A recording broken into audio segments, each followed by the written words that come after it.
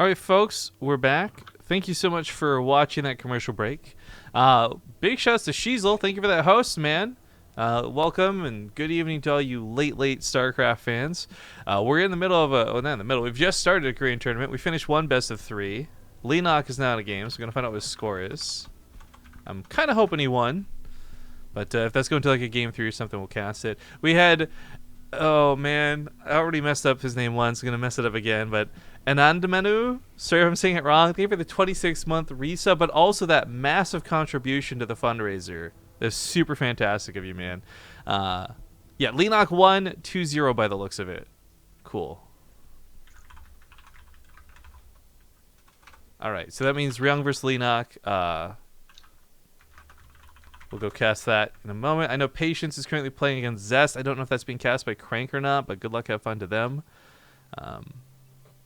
What's the first map here? Habitation Station.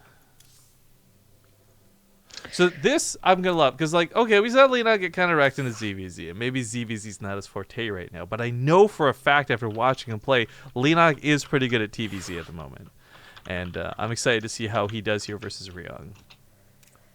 Yeah, it kind of sucks because I want both of these guys to go further, but would love to see an improvement from Leenock. Yeah, I just tried to invite you, by the way. I hope that doesn't break. That's okay. Let's see if it works. Kind of had one of those moments where I'm like, oh, right, I'm not supposed to do that. So good. So gravy. It worked out. All right, just got to get Leenock here in the lobby. So, yeah, TvZ. Leenock versus Ryung. And let me just pause the stream and update the title. Because I keep forgetting I need to do that to be a responsible streamer. I get so, it's like, I feel bad because what I'll do is I'll update the title and I'll nail it, and then I'll forget to do it for like 3 games. So it'll be like in the finals and it'll still say Leenock versus Rio. It's almost like the laziness of not doing it at all is better than messing it up. But looks like they're both ready to go. So we're going to hop into Habitation Station for game 1.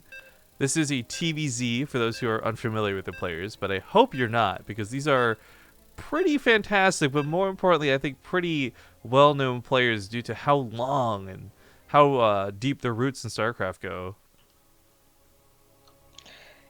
Yeah, I can only hope for a bit of a longer series out of these guys. We'll see what happens. So this is where I'm jaded, right? Yesterday had never happened to us before, and it's kind of like I almost really enjoyed getting to cast a lot of games, even though they were all 2-0s, because we got like a lot more players. Whereas normally I'm like, okay, here's 4 best of 3s, and they all went 5 hours long each. So it's like we didn't get a lot of diversity.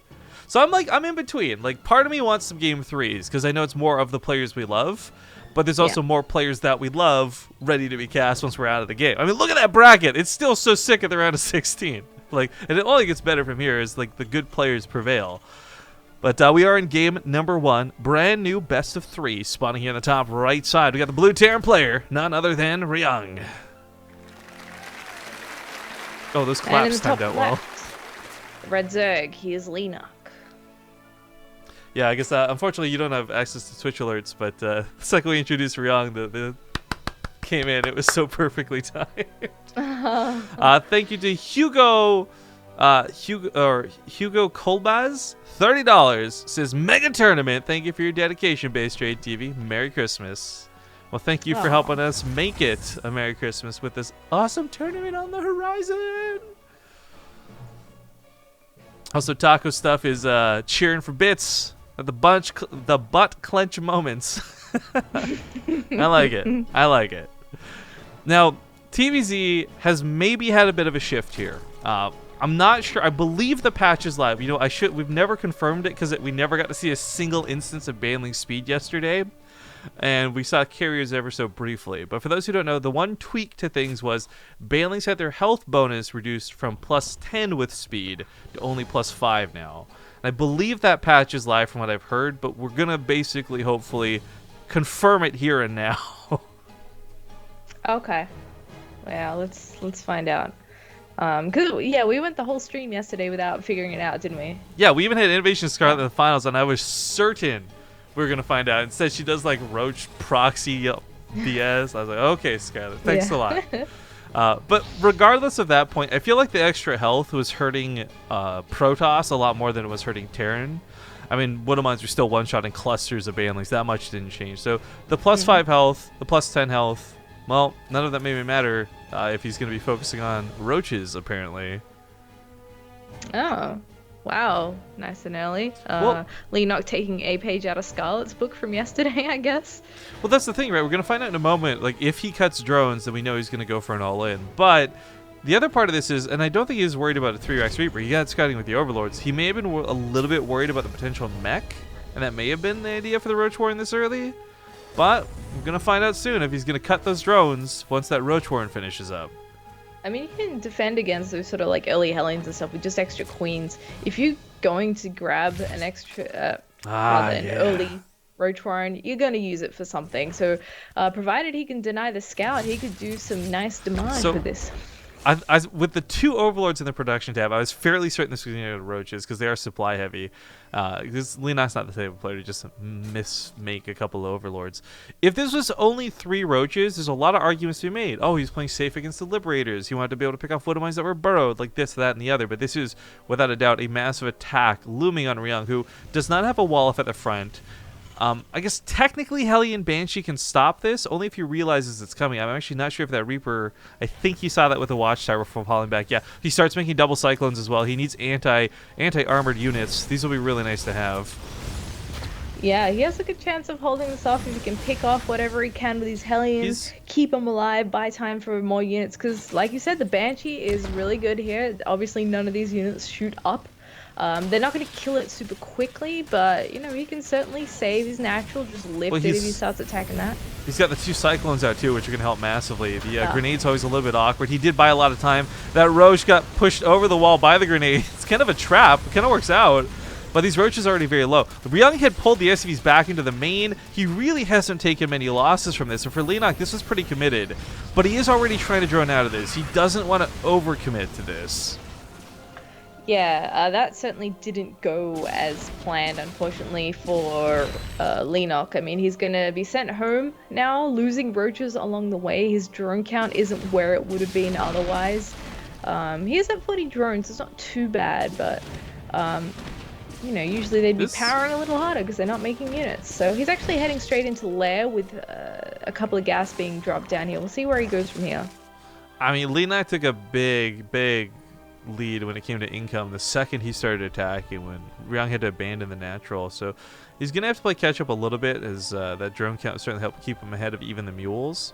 But I mean, that Banshee did a great job picking off several Roaches in the middle of the map. I want to say like 5 of the 6 dead were attributed to this Banshee. 2 Banshees out now is a lot of extra damage, and this attack coming is actually fairly deadly for how small the Terran army is. Yeah, and I like that Ryung now has the map control here, and with that, he's actually taking a 3rd base, so he's staying even bases with the Zerg, which, as we all know, is never where you want to be as the Zerg player. This 3rd base, he can't actually save this unless he gets some good Ravager shots off. Oh, I might just get them. Oh my god! That should not have happened! That was like a game-ending mistake out of Ryung. He just lost like half of his supply. He lost all of his superiority. He's trying to play mech out behind this, which, okay, cool, mech can go a long way, but this should have been a dead 3rd hatchery without a doubt in my mind. The fact that he just lost, like, that was like, what, 2 Banshees and 2 Cyclones? Yeah. Yeah, that really shouldn't have happened. He could have killed that if he just dodged that shot. And now that hatchery is up and running. Leenock is smiling. He feels good about himself. I mean, don't get me wrong. Ryung, he needed his production. So, like, for a moment, yeah, he's going to look away. But that was just the wrong moment to look away. Yeah, exactly. It's unfortunate for Ryung, but you know what? At least he still has some units out on the map that he can use to roll around with. He's getting his production up a little bit with 2 factories just added on. The 3rd base is starting to get saturated a little bit here as well. So he just really needs to keep an eye on what Ryung's doing. Ryung might come with a big attack. He's got Roach Speed about to finish. He's got +1 almost halfway done here as well. And that can certainly start packing a punch before any mech units start to ball up too big. The thing, though, that's going to be nice if you can get them out in time. Tanks do obliterate Roaches and Ravagers. I mean, the damage is just absolutely insane. Oh, but Hellion Skirt passed behind this. Oh, the drone transfer, he misses it. That could have been a lot of drones dead. Goes right for that mineral line. This for Ryung could have gone smoother, but he's back at home now trying to defend. That wall is up, albeit barely. SCV is getting pulled. He's trying to buy time for those tanks to get in position. Corrosive Bile's about to land. Vikings can't contribute much. Tank is out, though, and this looks like he might just be able to hold this.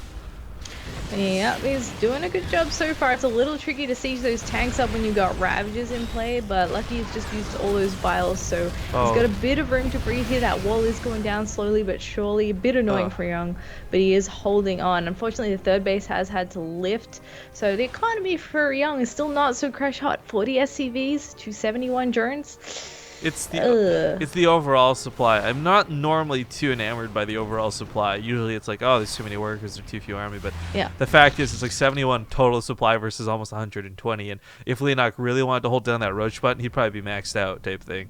So I'm a little bit worried here for Ryung. Not so devastatingly so, but mech is new. It's got some tricks. Or I shouldn't say mech, but aspects of mech are new. Excuse me. And these tanks are not so easy to get around. What's going to be really interesting, though, is mutas are better than ever. Not because mutas got buffed, but because Liberators got nerfed. Like, stone cold nerfed. Lost all that bonus damage versus light, so their splash, while good, still tickles the mutas. Yeah. It's going to be a tough battle for him to get back into this. I mean, Leenock is able to delay that third every chance he gets, where he's poking at it, whether he's putting a changeling under it to stop it from landing or forcing it to lift again. He's heading into a 4th and 5th base, and his creep spread's starting to look real healthy. He's got his mutas out. He's got upgrades on those mutas. Let's not forget one of those bases is a gold base as well, so he's going to be out of control in just a second. Thank God, by the way. I was really worried. If Ryung didn't make blind Thors right now, he has no missile turrets. He would have died to just even 5 or 6 mutas. I mean, there's a lot of mutas coming. He's going to take some serious damage. I still don't even know if the Thors can save him, but at least he has a chance with them. Other side of the map, Liberator's set up. They're going to get a couple of kills. Queen's going to get picked up. What a brazen spot to just put that Liberator, but it will shut down mining.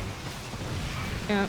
He doesn't care at all, man. He's getting some damage done, but look at these mutas. They've picked off tanks. They're picking off SCVs. Yeah. A couple of Thors are being churned out at the last second, but against 14 mutas, I don't know. That's a lot of mobility. That's a lot of potential damage still to be done because there's no turrets anywhere. Yeah, the Thors, if they get to actually sit and shoot, they're gonna wreck the mutas. As we can see, it's actually happening. But you know, there's no reason for Leenock to give all this away. Plus, GG's get called. He's already done so much damage before this attack. I think this just compounded on it, and Ryung, feeling a little bit too far behind, taps out of game number 1. Yeah, GG. So hopefully Ryung can bring it back for game number 2.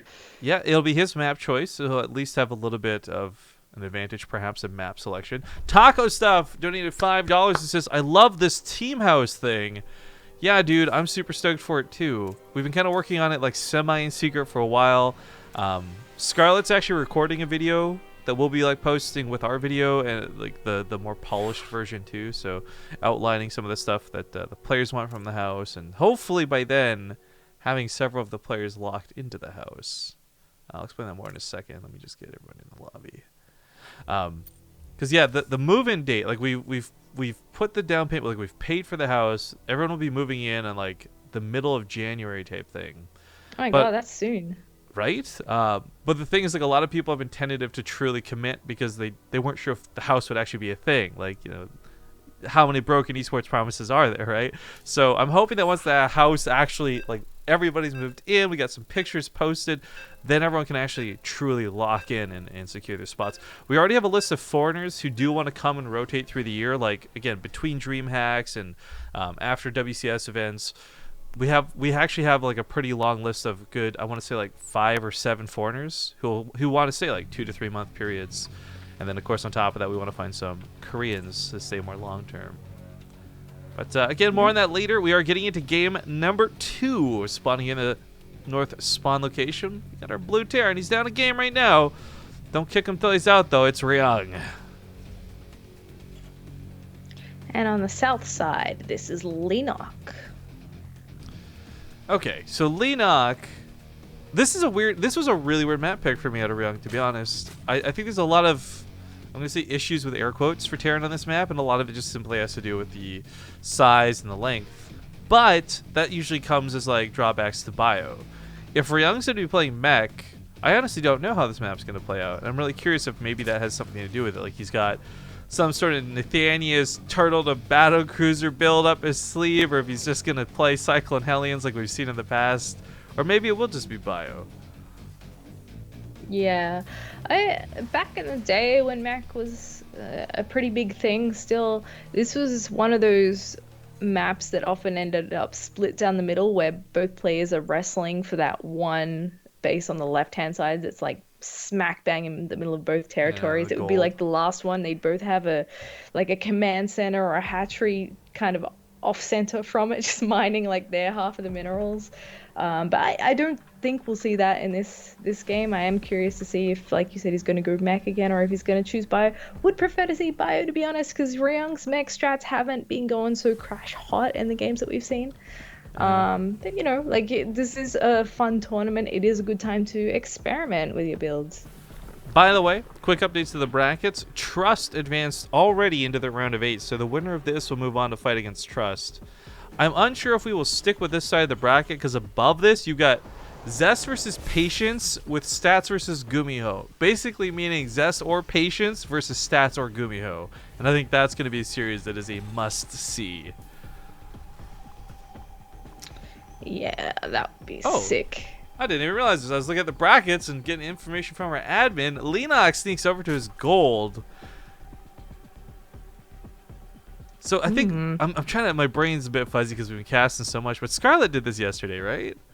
Yes, she did. I think there are a couple of ballsy gold expansions though. I can't remember if both were by Scarlet or if one of them was from Leenock as well. But it's certainly been a bit of a thing, even on Overgrowth, expanding, like taking the third at the gold as well. So yeah, I mean, Leenock's play today is actually reminding me a lot of what Scarlett did in the matches yesterday, and it will work out if he goes untouched. Well, grenades being dropped off and Reaper hopping around. Not getting too much done, but for Ryung, it's so scary. If he got to the natural to scout that there's no natural there, you know, there's things to look for. You scan the main suddenly, maybe you're a bit desperate, you realize, wait, there's no Roach Warren. There must be a hidden base of some variety. For him, he's opening similar to last game, Hellion Banshee. I think one of the advantages to this is Leenock is cut off from his reinforcement point. The additional queens out of here can't come to the main to defend, and vice versa. So I think Hellion Banshee might just have a little bit more power than it normally would. True, and it will be a nice way to clean up some of these units if you can make it happen, because once again we've got the Roach Warren coming in behind this, we've got the third hatch being taken. We do have a few lings out as well. I'm actually a little surprised Ryung hasn't even bothered to poke over that side just yet, because that's a lot of free drone kills if he did. It's super unconventional, though. I totally understand. Like, you're not thinking about it because there's no reason to. Sure. Again, like, if he had scouted there was no natural, you bet your butt he would be checking for it. But pushes up to the top of the ramp. He's just poking at queens. I think he knows there's a tumor there as well he was aiming for that splash damage, but Hellion's unfortunately not so hot against queens. Other side, by the way, did turn out a medevac, so he's going to pick up and elevate these over to the natural and find nothing there, sadly, but may run into the gold base in the process. Liberator following this up too, and no Banshee this game. Yeah. I think it's a shame. If Ryung had actually gone with the Banshee, I think he would have done some pretty significant damage, but elevated Hellions can certainly be a surprise. You got Roaches coming out, so the Hellions alone will not be enough. Yeah. Alright. Oh, Hellbats have morphed in here. I didn't realize the armory was done. Builds. Yeah, it's snuck in there. But he is going to come up here. It is going to be a little tricky to get up the ramp. We've got queens there to target down the medevac. We've got Roaches in position and a handful of lings available as well, the +1 and speed yet to come on those. But look, we do have the Banshee coming out. I think he made a Liberator. He did. Where's that at? It is over in the main. I'm not sure what's going on with Ryung this game. This is obviously a real shame. He's going to check with that medevac now. There's nothing in this medevac. It's purely for scouting. He's going to realize the gold base is down and feel absolutely foolish about it. But that being said, unlike earlier, there was no creep spread. You couldn't actually connect these bases with reinforcements. Now Leenock can. This base is not too far away for him to reinforce to. Yeah, and he's already got some units there in preparation as well, just in case. something was going to come down there. Oh. We do have on the right-hand side of the map that Liberator sneaking around. He might try and find a position there, but so far Leenock's defense has been very, very good. I mean, look, he's got a Spore Crawler. Oh, He whoa, does whoa, have whoa. Queens Back that available, up. but He had roaches. I thought that medevac was just for scouting. I'm now aware that that was fully intended for bait. So the roaches position to catch units outside the medevac, allowing the Hellions up that ramp. 18 workers go down, and this isn't over yet. Leenock's about to lose everything inside the natural base if he's not careful. oh gosh, yeah, he could roast a fair few more drones, get a few of those lings as well. He's already killed 22 workers so far. I mean, the gold base hasn't been mining during this time either. I'm not sure how many workers he killed over there, but this has gone fantastically for Ryung. That was such a cool bait with the medevac. I can't believe I didn't think anything of it, but it makes total sense now in retrospect, right? That was so clever. Big respect to what he just did, but we've got the mech follow-up. You know, the factories are down. There's another Banshee coming out. I think he's going to hold against roaches, no problem. 2 Banshees, they bring the damage. And this is the comfiest way to go mech. You've roasted a ton of drones. You're going to feed yourself for days on those corpses, and oh, that is a lot of Ravages though, Well, so he does have to be a little careful, but... As long as Ryung does not make the same mistake as last game, and let's be honest, that mistake was like a 1 in a million mistakes. Like, as long as he doesn't make that same mistake again, these Banshees are going to reign supreme for a while. Hellions on the right side also coming back in to hunt the drones on the gold, and oh no. Zeph, there's nothing to defend. There's 2 queens. That's not going to stop these Hellions. Russian right ending to cut off the reinforcements. The drones get pulled, but they're roasted alive. The hits actually aren't that amazing just yet. Only 3 go down. He's having some awkward positioning, but there we go. There's that money shot. 8 drones, and of course this shuts down money at the gold. Yeah, that was a pretty good money shot indeed. 32 drones now have gone down. This 4th base is in a bit of danger. Queen's coming down to try and sort that out. The Banshees are just going to abandon ship there and head back home, because Leenock's actually moving out with a bunch of Ravages and a couple of Roaches in tow to see if he can get something done, or at least... okay, maybe just pushing Ryung back out of his territory, because Leenock has taken some serious blows recently, and he kind of needs a second to regroup here. He's actually going to the Spire. Whoa. Not sure if that's going to do the sort of damage we saw in game 1, though. A 4th Banshee's coming out. I saw the 3rd one and thought nothing of it, because, you know, 3 Banshees actually isn't too insane. 4 is where you start wondering, like, is Ryung going to go for Hyperflight Rotors at some point? Yeah, you keep an eye out. But he didn't go for cloaks, so like, why would you? For those who don't know, by the way, in the matchup, like, Hyperflight Rotors do not allow Banshees to outrun Mutalisks, but they do outrun the Overseers, so you'll never be detected. Is usually the case, but scans over back in the main, sees the macro hatchery, sees the spire, sees the lair. I mean, he's got pretty good information now compared to having no information for so long. I also love that he's walled off these avenues, so there's really only one true angle of attack. There's turrets covering the tanks. There's plenty of tanks out. I love that there's no anti-air, so the Overlord gets to just chill above the army and see all of this. Oh, yeah, no. some Thors coming out now, so they might be able to finally clean up that Overlord, but Leenock certainly gets some great vision of what's going on there. The mute is given away by the fact that they are now attacking this barracks that's floating around in the middle of the map. So Leenock will need to replace that if he wants more factories down the line, but so far, so good. I mean, he's pretty covered by Thors, turrets, and whatnot. Not sure if these mutas are going to get too much done other than be a minor annoyance. Well, I hope it keeps him alive, because if for no other reason, the unconventional 5 Banshees that are made can actually snipe off Spore Crawlers, can snipe off bases. Banshees do have some of the highest damage in the game, but they're fairly fragile and they're easy to defend against most of the time. But 5 of them? Like, 5 of them? Yeah, especially when your opponent's going mutas and kind of like, really? 5 Banshees? Well, it's like, he's 5 with no them, cloak, 5 with no Hyperflight Rotors. Like, why is he... I'm just sitting here flabbergasted. Like, why invest in Banshees like this? Well, regardless of this, the move out looks to be consolidating. 4 Thors is certainly enough anti-air. The Hydralisk won't even pay that much into this. They're going to get blasted away by the tanks, the Hellions. Does he have Blue Flame? No Blue Flame, but he does have +2 weapon upgrades and +3 on the way. Yeah, with the support of the rest of that mech army, the Banshees are quite good. I just worry about them in terms of getting too close to the mutas or getting too close to some Ravager shots, because you got a lot of things to consider with a mech army. You're setting up your siege tanks, you're trying to get the Thors firing on the right things at the same time. He needs to be careful that he doesn't get caught out in the middle of nowhere here, though. Yeah, and by the way, for those who don't know the dynamic, no upgraded Thors. I think it's like 3 shots to kill a muta. Now with the upgrades, he's only going to take 2, so really got to watch out for that splash damage. The mutas are not the big threat here. They are not the biggest part of the equation, but they are something he's going to have to consider. Because if the mutas go down, the Banshees have a lot more free reign to maneuver around to pick off Hydras or even the Ravagers. Yeah, and similarly, if the Thors go down, no. there's actually Oh, the nothing Crystal to test those.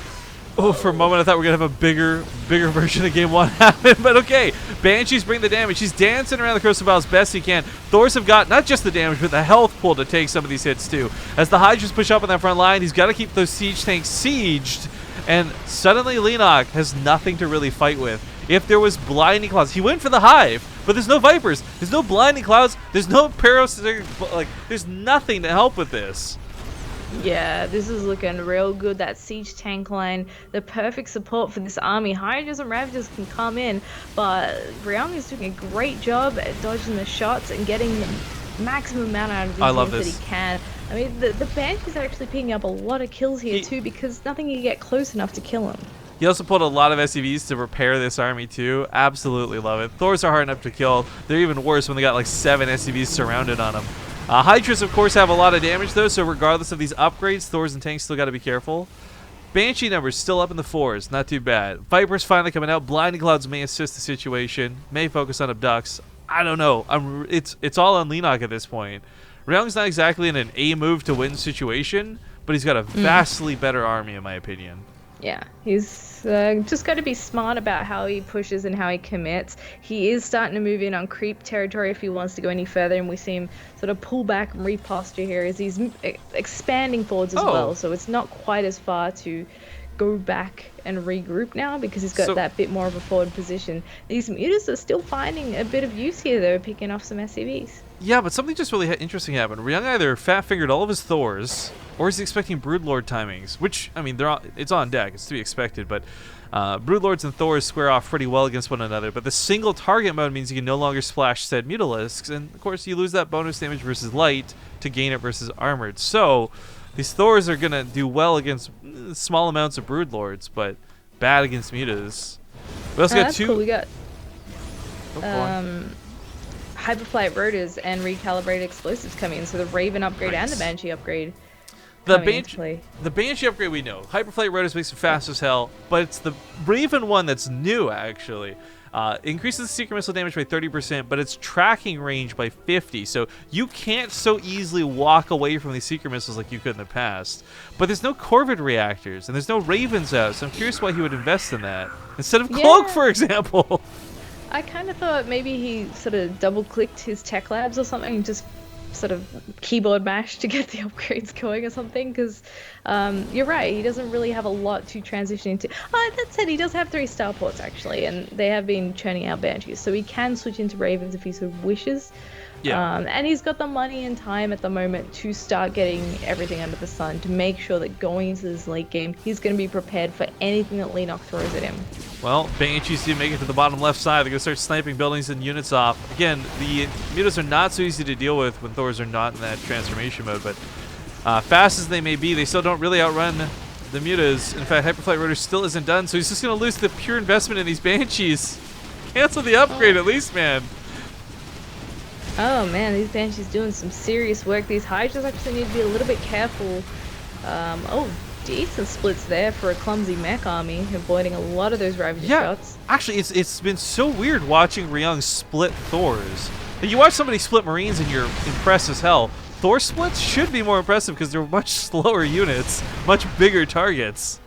Yeah, for sure. I can almost guarantee he's splitting those as if they were Marines, but they just sort of they don't respond as fast. Shuffle over to where they want to be rather than run. It's not even shuffle, they're like a waddle. Yeah. We do have Blue Flame coming out now, which is going to help with the Hydras quite a bit, but also better for those run-bys. We do have a couple Blinding Clouds hit those tanks, but Blinding Cloud only lasts 6 seconds now. Let's see if that's long enough. Grozabow's going to blanket those tanks, but freed from the Blinding Cloud, unshackled, they destroy the Hydra front lines. And this doesn't look great for Leenock's army. No, it doesn't. He does have a lot of bank, though, so he can remake a lot of this. 18 Hydras isn't the quickest thing to dish out right away, though. I think this base in the bottom left is probably going to die as Ryung takes that forward gold base. A really ballsy move there, but he can do it because Leenock can't actually A-move into this mech army. He hasn't torn enough of it apart just yet that he can confidently do that. He's working on it, but the base is going to go down. Banshee speed's finished up. Finally getting Banshee cloak, but he may not even have time to use it this game.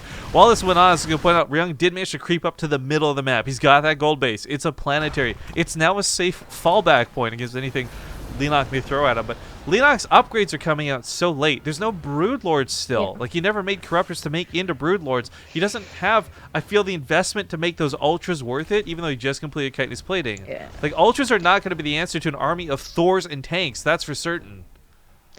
Yeah, he's actually really hurting in the economy now because he's run out of money, and that last base that just got killed was his fullest mining base. Like his what is his fourth base?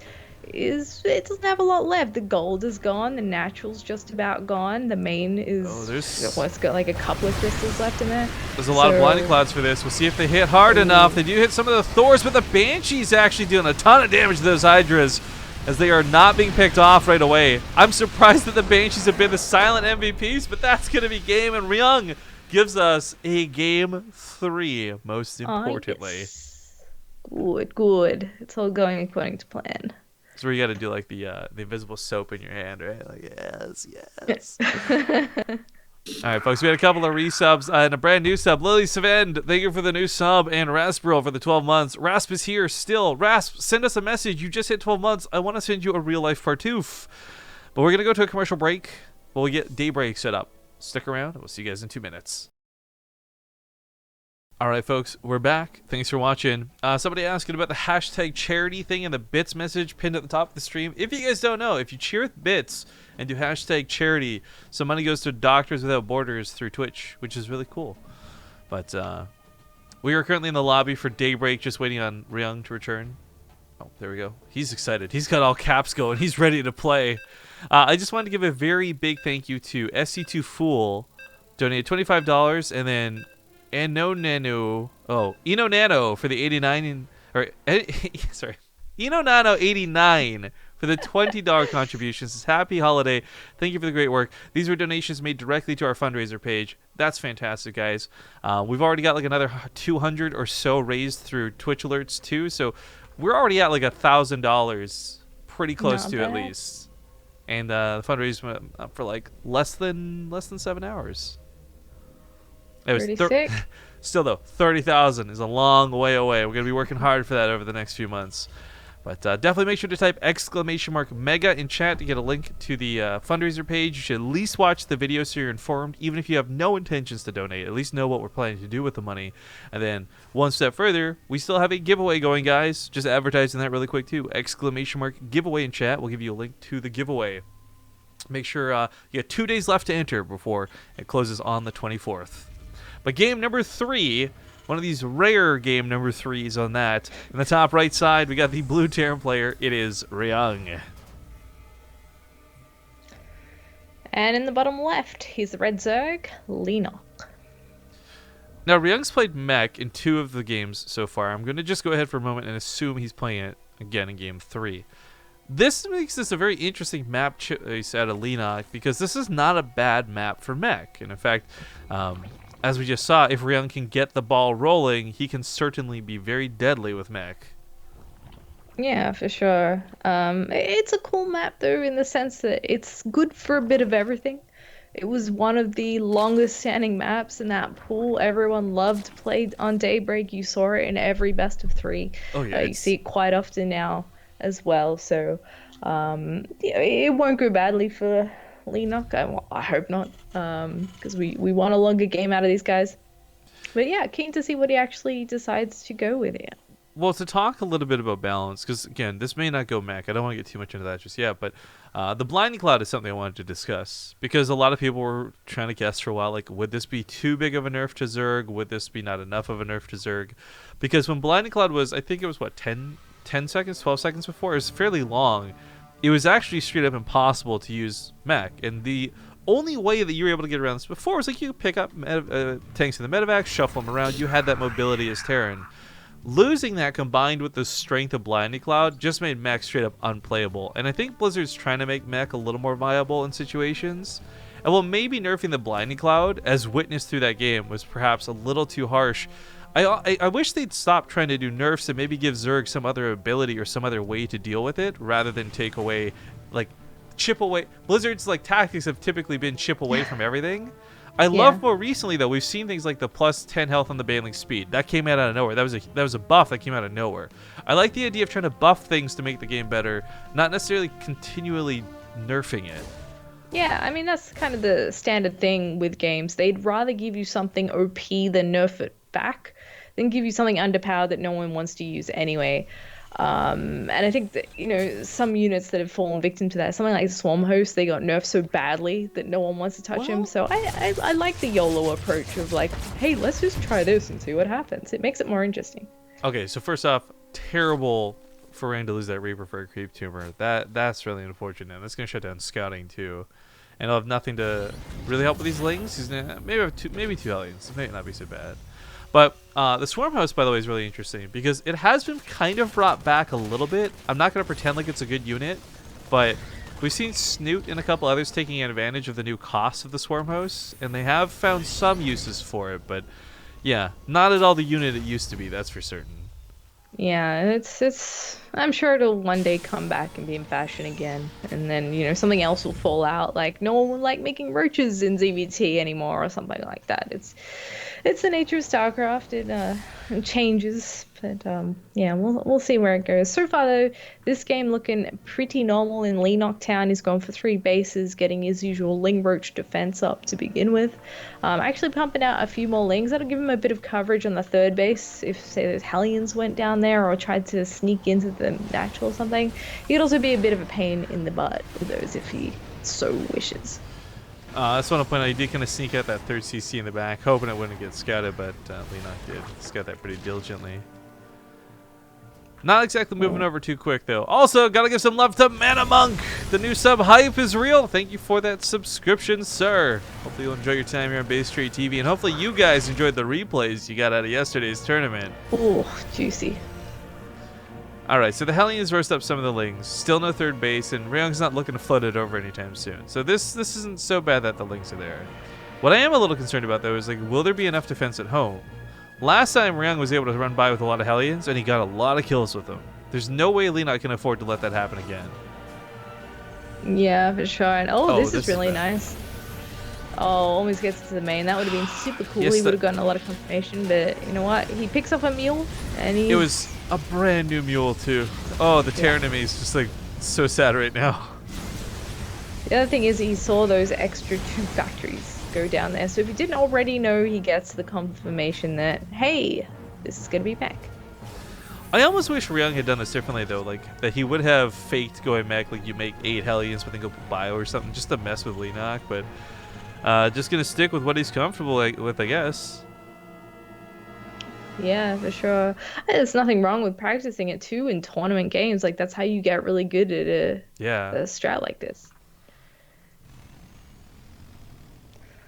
Oh, as Hellions going for a bit of a journey across the map, looking for some creep tumors to pick up. Do need to be a little bit careful as there are roaches holding that watchtower for the moment. He does lose one there, unfortunately, but there's also a Banshee roaming around on the top side of the map. And he can try and maybe sneak these Hellions by and send the Banshee. Oh, I love the Evo Chamber wall. I love the Evo Chamber wall. Last second out of Leenock. Best way to block that off and make sure this doesn't get too bad. Roach Warren's actually researching tunneling claws, by the way, while this goes on. He traps the Hellions. Oh, that's nasty. That's real nasty. But getting Burrow and tunneling claws. You know, we didn't see this last game, but that is actually an answer to the tanks if it's going to be that case for mech. But Ryung's already investing in Thor's pretty early. We'll see if he goes tank heavy or not. The Burrow tunneling claw effect, though, is seriously devastating when there's no detection on the map. Oh, yeah, and wrecks anyone. And if you can get that multi-prong stuff going, it's delicious if you're the Zerg player and that happens, because it's so hard for the mech player to respond and be in all the places at once with enough units, and it's a disaster. Nice perk here. He actually forces all the SCVs right on out of there. He's not going to get too much else done, but the lost mining time is worth it. Yeah, a little bit worried too because he's gonna have to lift that CC. That's gonna be real bad. One of the burrowed roaches did get caught, so it goes for that scan. Nicely done. So he knows there's burrow, but he won't see those tunneling claws just yet. Obviously, for those who I guess don't follow StarCraft too closely, you're about to watch spikes of all kinds of colors pop out, like flex out of their back, and there we go. Yes, indeed. All right. And now it's time to turn up the heat. If you're Leenock, you can start splitting those off, being super stealthy and cool with your roach tactics. And he is double expanding fans. In fact, no, excuse me. He already had that fourth hatchery. He's getting a fifth one and going up to hive tech. I really like this, actually. Leenock is just running away with the macro behind it in this game. I think that's the better way to go about it. Unfortunately, though, his sneak attacks aren't going to cut it. 2 roaches blown out of the ground immediately by a small amount of tanks. Full wall off being built down here, combined with a missile turret. There's no way these roaches will get their sneaky sneak attack damage done without having to reveal themselves. Yeah. Good move by Ryung. That is one of the weaknesses of mech if you're facing a Zerg. So he's thought about that quite obviously there, making sure he is prepared for that, having seen the burrow when he poked at the third. So that really shouldn't be an issue for him. It gets a little tougher later on when you've got that fourth and fifth base because you're spread a little more thinly. It's harder to cover all your gaps. So we may see that come into play later on, but for now he is looking pretty darn good. He's getting his 4th CC up, his mech army's looking pretty healthy. I don't think he can complain about the position that he's in. It's actually really funny seeing the way he set up his Sim City here. Like actually putting his production right there on the front lines. But I think Leenock's getting away with so much more than Ryung is, truthfully. I mean, for Ryung's sake, it's nice to be on 3 bases, maybe even a 4th potentially. Well, double layering the wall here, Jesus. And his army looks great. I mean, don't get me wrong, this is a lot of tanks, this is a lot of Thors. This is what you want in the core of your mech army. But I think Leenock, the fact that he got to jump to hive tech uncontested. He's sitting there with like +3 range weapon upgrades coming out. Adrenal glands, we got 3 Vipers. Last game, he was barely pulling any of this together as he was dying.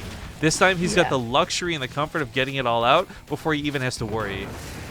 And that may very well be why he chose Daybreak. Varney is much smaller. You've got that kind of straight line push to your opponent's base, and that allowed Ryung the ability to put on a bit more pressure. His army wasn't that mobile, but he could get in there and do some damage, put some pressure on Leenock, and that's like what you've been saying. The primary worry here is that he hasn't really been able to touch Leenock, and you can't leave a Zerg to do whatever the hell they want. Well, although that said, that's kind of what Ryung's doing right now. He's not attacking, he's happy just to macro up. I think that the turtle style though might hurt him quite a bit. Last time, if you'll note, like when the fights are going down, Ryung was the one on +2 weapons coming up on +3. Leenock barely having anything going for him. This time around, Leenock's the one with the upgrade lead by far margins.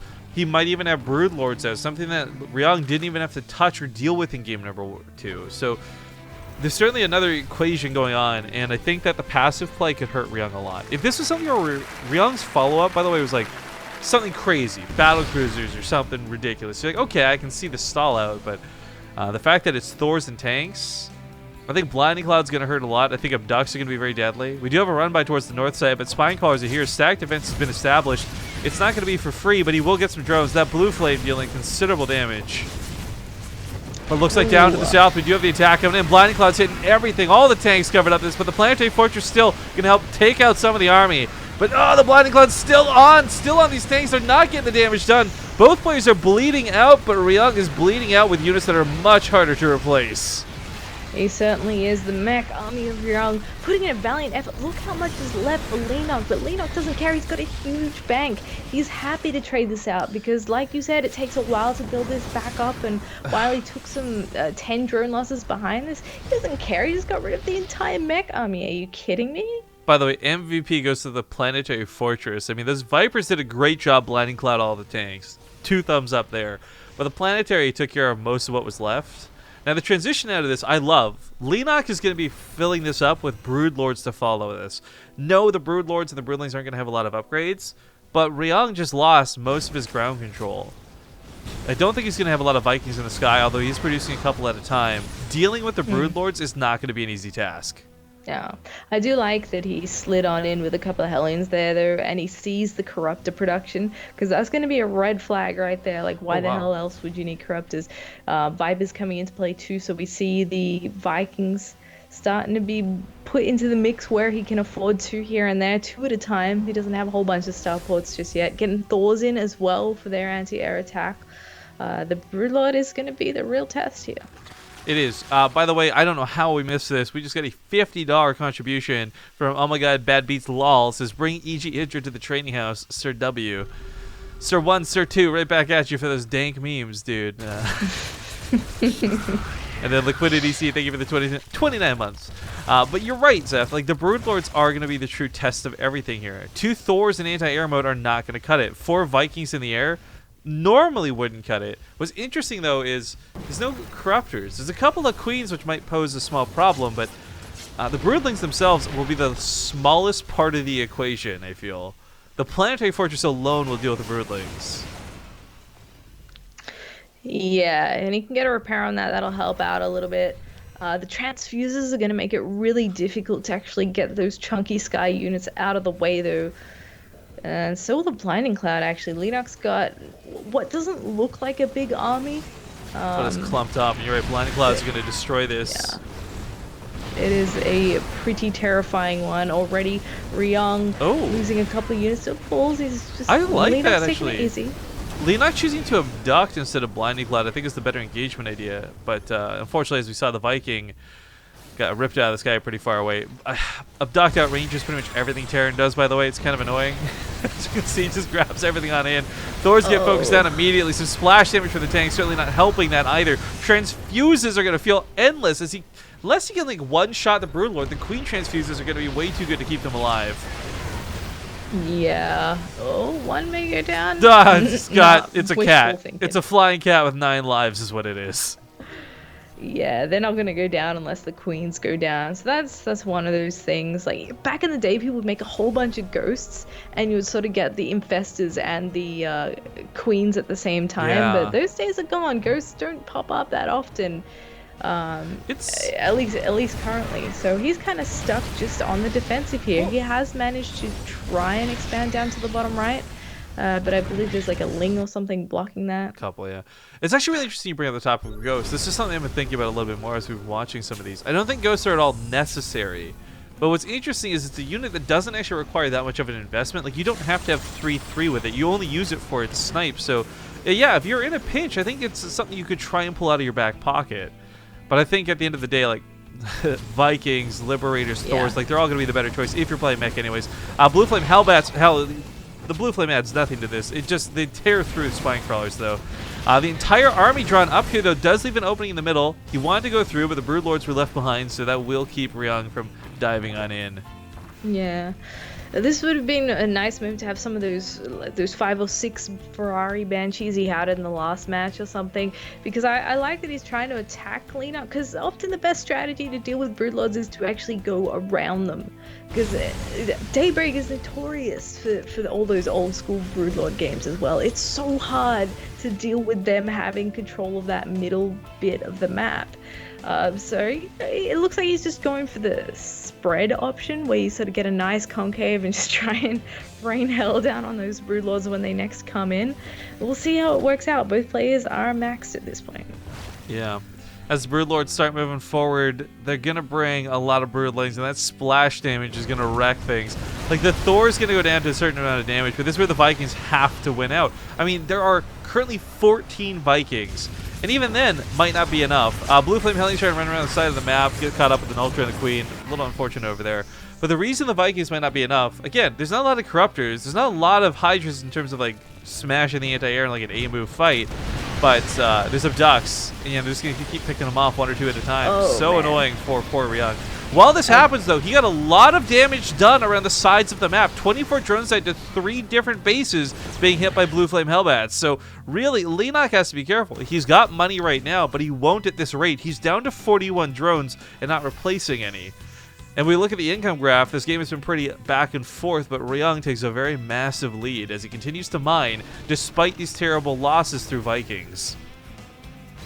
Yeah, he's doing the right thing here. He's holding off at the front, and he's getting some drone kills behind that. Anytime Leenock moves in is the prime time to get in there and start doing some damage, because Leenock is actually now forced to drone. He just pumped out another 10 to 15 to make up for that. So a couple of cool things happening too. We have Hyperflight Rotor Banshees being invested into. We got Cloak coming out for them too. So we're going to have some Banshees running around the outskirts of the map. Okay, that's cool. But we had for a moment Ravens. I guess it was a misclick, so never mind. Ignore my hype. I was getting really excited if it was possibly going to be Ravens, considering what we saw in terms of upgrades last game, at least. Yeah, it would be nice. It would be cool to see how they fare too. Dump a couple of Seeker missiles on those Broodlords and see how well they survive then. That's hard to transfuse. Oh gosh, Ryung really needs to deal with these bases though, because this is actually something that should be his base. He could take the southern one, and that gives him a really forward position, but it's not the nicest position to defend from either. Ooh, this is going to kind of suck losing some SCVs like this, trying to repair that planetary, keep it alive. While this goes on, of course, if this base wasn't right next door, Ryung probably wouldn't be so stressed about it, but suddenly there's a lot of stag defense and broodlords right outside his production. And yeah, there's missile turrets down, but these aren't going to cut it versus broodlords. Yeah, they will get points for trying, but they're not going to do too much. It's a bit of a participation award almost. Yeah, I was going to say, it's like those little participation trophies they give kids in soccer. It's like, you didn't win, but, you know, here's a trophy anyways for no reason. Boom! Shooting across that sky. The follow camera command almost can't even keep up with them. They're so fast. The Banshees arrive. And for them, I see the biggest pick-off would be killing that Greater Spire, but they're going for the Ultralisk, Kevin. Not wanting to deal with any more Ultras. Of course, Banshees with upgrades deal a ton of damage, so this goes down fairly quick. I don't think Leenock can respond in time, so we might just want to rebuild this elsewhere. We do actually have Ravens being invested into now. What I was going to get really hyped about talking before is, okay, there's the idea of Seeker missiles. Honestly, they're not going to be that great given the situation at hand. You're going to get abducted before you get to launch the Seeker missiles. But auto turrets draw this horrible line in the sand that nobody can compete with. Like, auto turrets do so much damage right now.